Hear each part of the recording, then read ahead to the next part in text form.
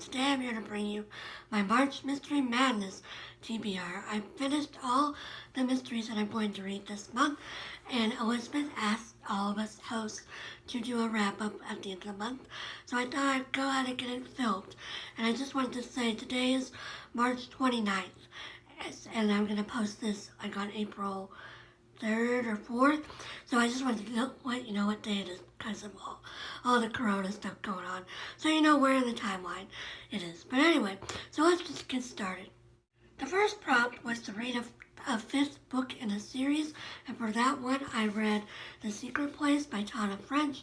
This is the fifth book in the Dublin Murder Squad series, and this is following two detectives, Stephen and Annette, and they are solving a case at a boarding school, and one of the potential witnesses / person that might have done it is a daughter of one of their colleagues, and so they're having this difficulty in getting information, and then so the solving of the case takes place over one day, but then there's also some flashbacks for showing the girls that were involved before the murder happened and then directly after the murder happened.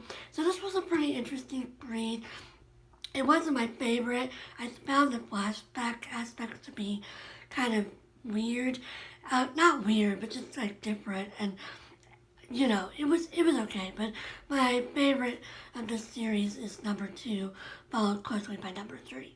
The next prompt was read a book with 5 or more words in the title, and for this one I read The Sweetness at the Bottom of the Pie by Alan Bradley. This is the book number 1 in the Flavia de Luce series, and this was a really cute story. Flavia is like a 9-year-old girl, and she is trying to discover who killed a man that showed up in their garden. She saw her father arguing with the man, but she doesn't think he did it, and so she's been working on trying to figure out who did it. This was really cute, and I definitely recommend it, and I definitely can see myself reading one Flavia every year for March Mystery Madness. The next prompt was read a book with a page count that is divisible by 5, and for that one I read The Lion Game by Ruth Ware. My copy had 370 pages, that's divisible by 5. This was Elizabeth's buddy read / read along for the month of March for March Mystery Madness, and so I enjoyed talking to the other ladies on the Goodreads group. Unfortunately, this is kind of a bust. I didn't enjoy it that much. It's following 4 women who are all girls that went to boarding school together, and they were involved in a crime. And I won't tell you what the crime was, but to not spoil it. But basically, this crime has the potential to come back and mess up their lives. It's never been caught. They've never been caught for it, but there's now evidence coming to light. And so one of the ladies who lives close to the scene of the crime writes all the other ladies, and they all come. And it's also the reunion weekend for their school. And so it's sort of about the mysteries of their school and what they did and what happened and how it's going to impact their lives. So it was okay. I didn't find any of the characters to be particularly likable, and also I just didn't really care about the mystery that much and like trying to figure out who done it. I'm not one of those people where I try to figure out the mystery when I read mystery books. I just enjoy the story, and it's just not my priority to figure out who done it. But in this one, I really didn't even care who done it. So it was okay, but not amazing. The fourth prompt was to read a book with the word 5 or 5th in the title, and for that one I read The 5, The Untold Lives of the Women Killed by Jack the Ripper by Hallie Rubenhold.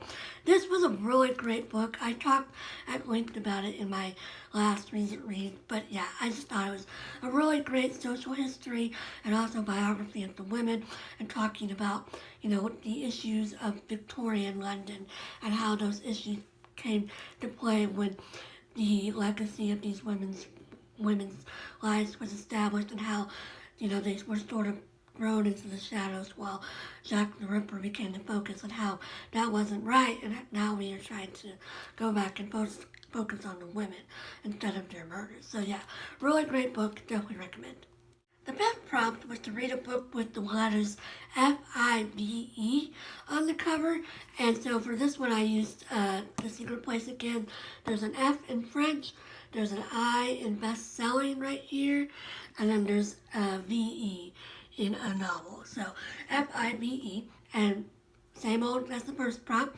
So yeah, I definitely doubled up because why not? And this was a long book anyway, so it deserved to be counted for 2 prompts. The next prompt was to read a book that was published in a year that is divisible by 5, and for that prompt I read A Curious Beginning by Deanna Raybourn. This was published in 2015, and this is the first book in the Veronica Speedwell mysteries, and much like the Flavia de Luce mysteries, I can see myself reading one of these every year for March Mystery Madness. Veronica Speedwell studies butterflies, and she's a naturalist, and she goes around the world, but she's actually in England taking care of her aunt, and then on the day that her aunt dies, she meets a man that knows a lot about her mother, who she never met, and so she gets involved in this adventure where she learns more about her mother, and she also meets this man named Stoker, and they run off to the circus together, and they get kidnapped, and all kinds of crazy stuff happens. So yeah, and this one is set in Victorian England as well. So clearly there's a theme going on this March Mystery Madness. The 7th prompt was to read a book that was published in May, because of course May is the 5th month, and for that one I read The Satapur Moonstone by Sujata Massey. This is the 2nd book in the Perveen Mistry series, and this is following Perveen as she is visiting a local ruler in a rural state of India, and his older brother was eaten by a leopard, or attacked by a leopard, I should say. And so the new ruler is 8 years old. So the British Empire is being the regent, and they have Perveen go and investigate the palace and find out more about how the boy is being educated. And when she gets there, she discovers that the brother was not eaten by a leopard, but was murdered. And so it's about her getting to the bottom of this and navigating the palace politics and all this stuff like that. I really enjoyed this, but I didn't enjoy it as much as the first one. The last prompt is to read a book that had something made of wood on the cover, because wood is the gift for 5th anniversaries. And for this one, I changed my TBR and I read Brownies and Broomsticks by Bailey Cates. This is the first book in her Magical Bakery series, and you can see that there's a broomstick on the cover, and I'm going to assume that broomstick is made of wood. This is following a woman named Kate, and she moves to Savannah, Georgia to help her aunt and uncle run a bakery, and when she moves down there, she finds out she's a witch, and so she is learning more about being a witch, and also her uncle is accused of murdering a local busybody who's always up in everybody's business. So Kate is trying to discover who actually did it, because she doesn't believe that her uncle would do it. So yeah, it was a pretty interesting book. It was a really quick read. It was a cozy mystery, light, cute. Took me 2 days to read it, I can see myself reading more of them in the future. That's everything that I read for March Mystery Madness this year. So I did count 1 book for 2 prompts, and then of course the 5 was a nonfiction book.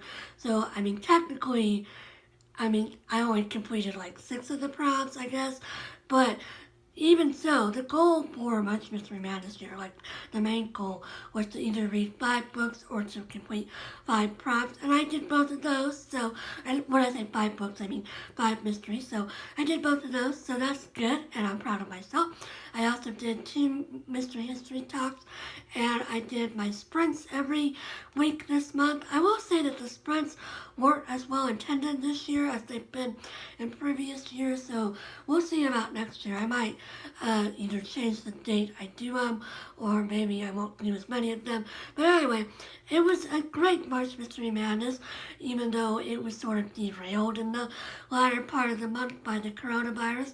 I hope everybody else read some great mysteries this month, and you had a great March Mystery Madness.